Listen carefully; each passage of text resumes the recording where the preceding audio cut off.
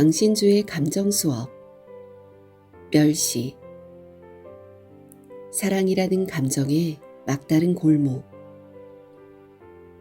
누가 버지니아 울프를 두려워하랴. 에드워드 올비.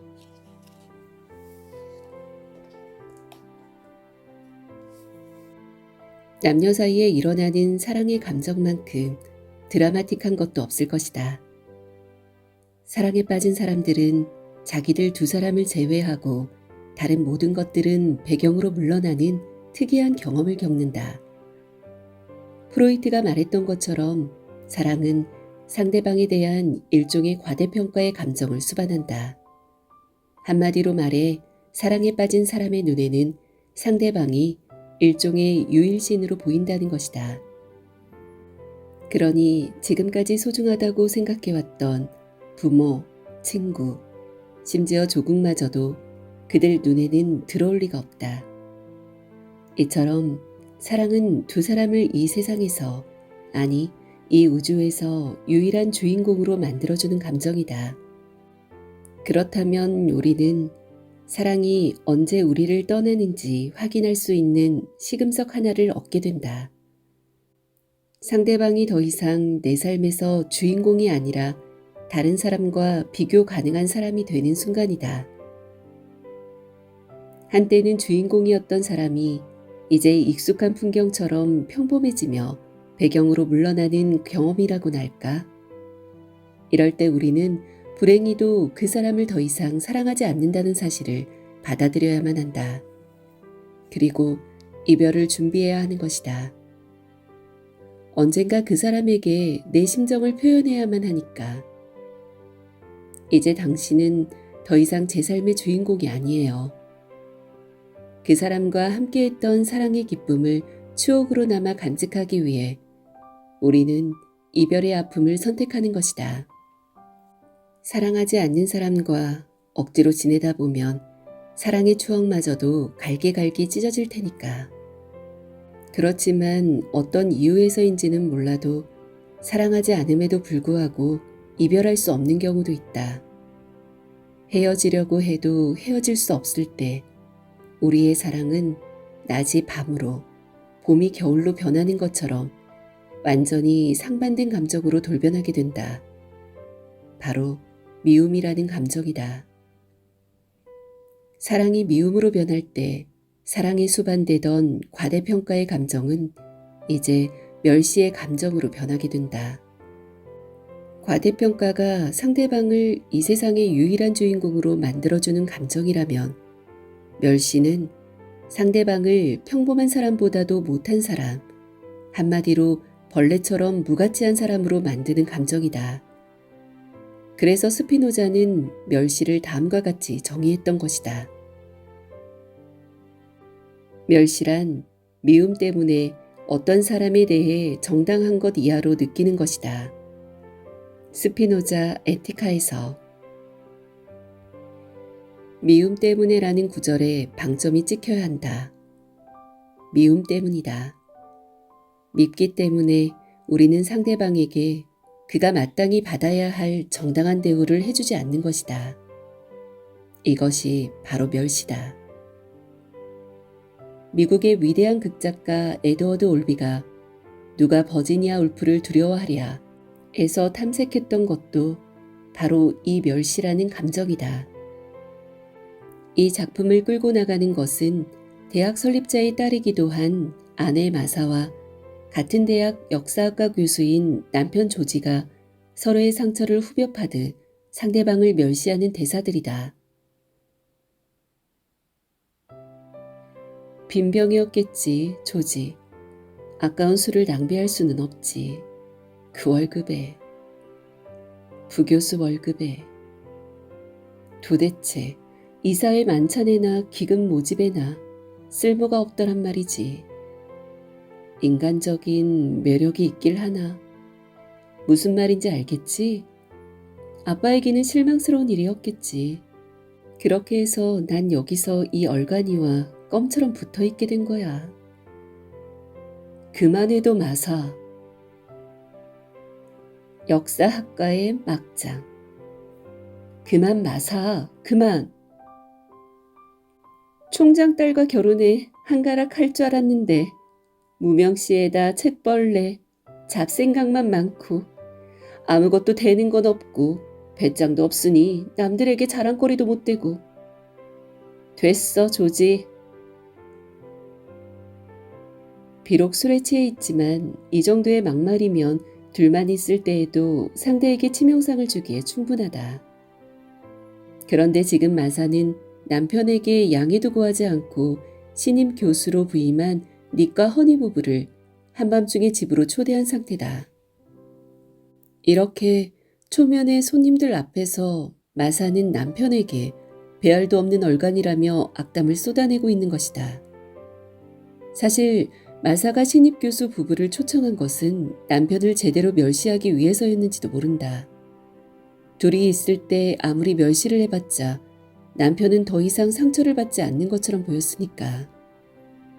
둘만 있을 때 더 이상 멸시가 통하지 않는다면 공개석상에서 참기 어려운 모멸감을 심어주는 것밖에는 길이 없다. 그렇지만 남편 조지도 지지 않고 아내에게 모멸감을 되돌려주려고 노력한다. 옷 좀 제대로 입도록 해봐. 당신이 두어 장 걸치고는 치마를 머리 꼭대기까지 뒤집어 쓰고 있는 꼬락서니를 보다 더 역겨운 광경은 별로 없거든. 처음부터 끝까지 혹은 단둘이 있을 때뿐 아니라 남들 앞에서까지 두 사람은 서로를 멸시하고 또 멸시한다. 도대체 이 부부는 왜 이렇게 서로를 갉아먹으려고 혈안이 되어 있는 것일까? 두 사람은 억지로 부부가 된 사이였을까? 마사의 아버지는 조지를 총장 후보로 낙점해서 딸을 그에게 주었던 것일까?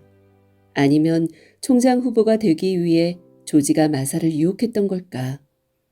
어느 것도 사실이 아니다. 조지와 마사는 마사 아버지의 반대를 무릅쓰고 둘만의 사랑을 쟁취했던 것이다. 그러니까 마사가 조지에게 홀딱 반했던 이유는 결코 조지가 총장이 될 인물이라고 계산했기 때문이 아니다. 조지 역시 총장이 되려고 마사를 사랑했던 것도 아니다. 두 사람은 그냥 사랑에 빠졌던 것이다. 비극은 두 사람을 그토록 강하게 묶어주었던 사랑이 어느 사이엔가 그들 곁을 떠나고 없다는 데에 있다. 설상가상 이제 그들은 헤어질 수도 없다. 어쩌다 대학 설립자의 사위가 된 역사학과 교수, 그리고 이혼은 생각할 겨를도 없이 총장 딸이라는 역할에 충실해야 하는 아내. 사랑이 떠난 뒤 그들에게 남겨진 압도적인 현실이 이별을 가로막고 있으니까.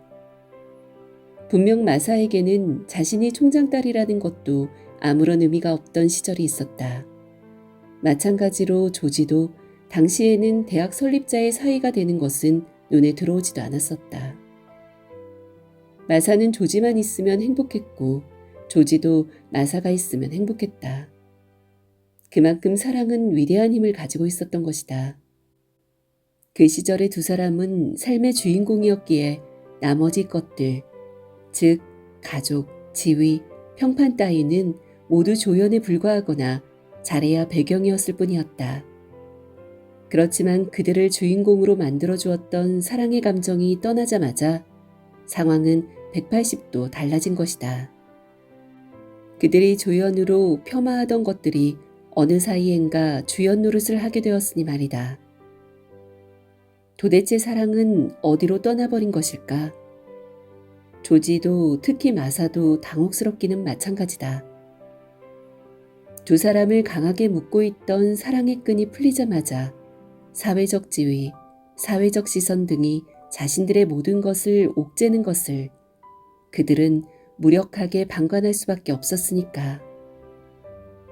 그렇지만 그들이 어떻게 삶을 주인공으로 살아냈던 사랑의 시기를 잊을 수 있겠는가. 과거에 화려했던 영광은 현재의 비참을 더 두드러지게 하는 법이다. 그 비참함의 원인, 다시 말해 사랑의 상실을 마사는 남편 조지 탓으로 돌리고 있고 조지는 아내 탓으로 돌리고 있는 것이다. 승승장구하던 전쟁에서 패하자마자 패전 책임론을 따지는 것과 같은 형국이다. 마지막 자존심이랄까. 마사는 사랑이 떠난 것이 자기 탓이 아니라고 믿고 싶었고 조지도 그랬던 것이다. 그러니 한때 행복했던 커플이 지금 서로를 그렇게도 미워할 수밖에. 그러니 상대방의 상처는 생각하지 않고 서로를 그렇게 핥히면서까지 멸시할 수밖에. 그렇지만 불행히도 두 사람은 모르고 있다. 이렇게 서로를 미워하고 멸시하면 할수록 그들은 더 약해질 수밖에 없다는 사실을. 서로 치유할 수 없는 생채기를 남기며 거듭되는 멸시 속에서 두 사람 사이에 마지막으로 간신히 숨을 쉬고 있는 사랑은 곧 싸늘한 주검이 될 것이다. 결국 서로에 대한 멸시는 사랑의 추억마저 산산이 부숴버리고 마침내는 그들 내면마저 갈기갈기 찢어버리게 된다. 이런 자명한 결말을 피하려면 지금 당장 두 사람은 헤어져야만 했다. 그렇지만 조지와 마사는 모두 너무나 소심하고 나약했으며 심지어 비겁하기까지 한 속물들이었다. 작가 소개 에드워드 올비. 미국 전역의 극장을 소유한 뉴욕의 부잣집에 양자로 들어가 어릴 때부터 극예술에 대한 열망을 갖게 되었다. 그러나 아들이 상류사회에 어울리는 전문 직종을 갖기 바라는 양부모에 대한 반항과 친부모에 대한 원망의 마음을 버리지 못하고 20살에 가출하여 글을 쓰기 시작했다. 그렇게 극작가가 된 올비는 누가 버지니아 울프를 두려워하랴의 성공으로 테니시 윌리엄스 아서 밀러를 이어 20세기 미국을 대표하는 극작가가 된다. 이 작품은 플리처상 희곡 부문 수상작으로 결정되었으나 플리처 위원회에서 미국적 삶의 건전한 모습을 보여주지 못한다라는 이유를 들어 수상을 취소하는 바람에 심사위원들이 항의 사퇴하는 에피소드를 남겼다. 작가가 미국의 꿈에 담긴 이상적인 가정에 대한 허시를 부조리극풍으로 비꼬았던 것이다. 연극 공연은 토니상 작품상을 받았고 브로드웨이 664회 공연 기록을 남겼으며 당시 실제 부부였던 리처드 버턴과 엘리자베스 테일러 주연의 영화도 성공하여 널리 알려지게 되었다. 이 작품은 한때 사랑했던 사람들이 미움으로 서로에게 등을 돌리면서도 헤어지지 못할 때의 처절함을 잘 보여준다. 맹세컨대 당신이 실존한다면 난 당신과 이혼했을 거야. 두 발로 버티고 잘 서 있기나 해. 이 사람들은 당신 손님들이니까. 당신은 보이지도 않아. 몇 년간이나 당신은 눈에 보이지도 않았어. 당신이 기절하거나 토하거나 아니면 당신은 빈칸이고 제로야. 철학자의 어드바이스. 모든 감정은 나와 타자의 마주침에서 발생한다. 돌과 마주치지 않는 한 잔잔한 호수가 일체의 동요나 파문도 일으키지 않는 것처럼 말이다. 그러니까 특정 감정은 전적으로 나 때문에 발생하는 것도 아니고 또한 오로지 내가 만난 타자 때문에만 발생하는 것도 아니다. 그럼에도 불구하고 우리는 특정 감정의 원인을 나 자신에게서 찾기보다는 외부 타자에게서 찾는 경향이 있다. 마치 야간 산행을 할 때 자신의 손에 랜턴을 쥐고 있는 걸 망각하고는 신기하게도 바깥이 환히 보인다고 생각하는 것처럼 말이다. 드디어 감정의 파문들이 본격적으로 호수 전체를 누비기 시작한 셈이다. 그런데 우리는 감정의 원인을 내가 만난 타인에게서 찾으려고 한다. 예를 들어 사랑의 감정에 빠져들었다면 우리는 상대방에게서 그 원인을 찾는다. 사랑의 감정을 일으킨 원인을 나 자신이 아니라 전적으로 상대에게 돌리니 과대평가는 불가피한 일이다. 반대로 미움의 감정이 발생할 때도 우리는 전적으로 상대방에게서만 그 원인을 찾는 경향이 있다. 당연히 상대방은 미움을 가져다 준 사람이라고 저주받게 될 처지에 놓인다. 여기서 멸시라는 감정이 시작된다. 멸시라는 신호를 보냄으로써 우리는 상대방이 관계를 끊어주기를 바라는 것이다. 자신이 직접 미움의 관계를 단호히 청산하지 못하는 사람일수록 그는 멸시를 통해 상대방을 막다른 궁지에 몰아넣으려고 한다. 관계의 시작과 끝에서 자신은 어떤 책임도 없다는 듯이, 그러니까 상대방을 멸시하게 될 때 우리는 관계에 대한 책임을 자신에게 돌리지 않으려는 비겁함을 드러내는 셈이다. 반대의 경우도 마찬가지다.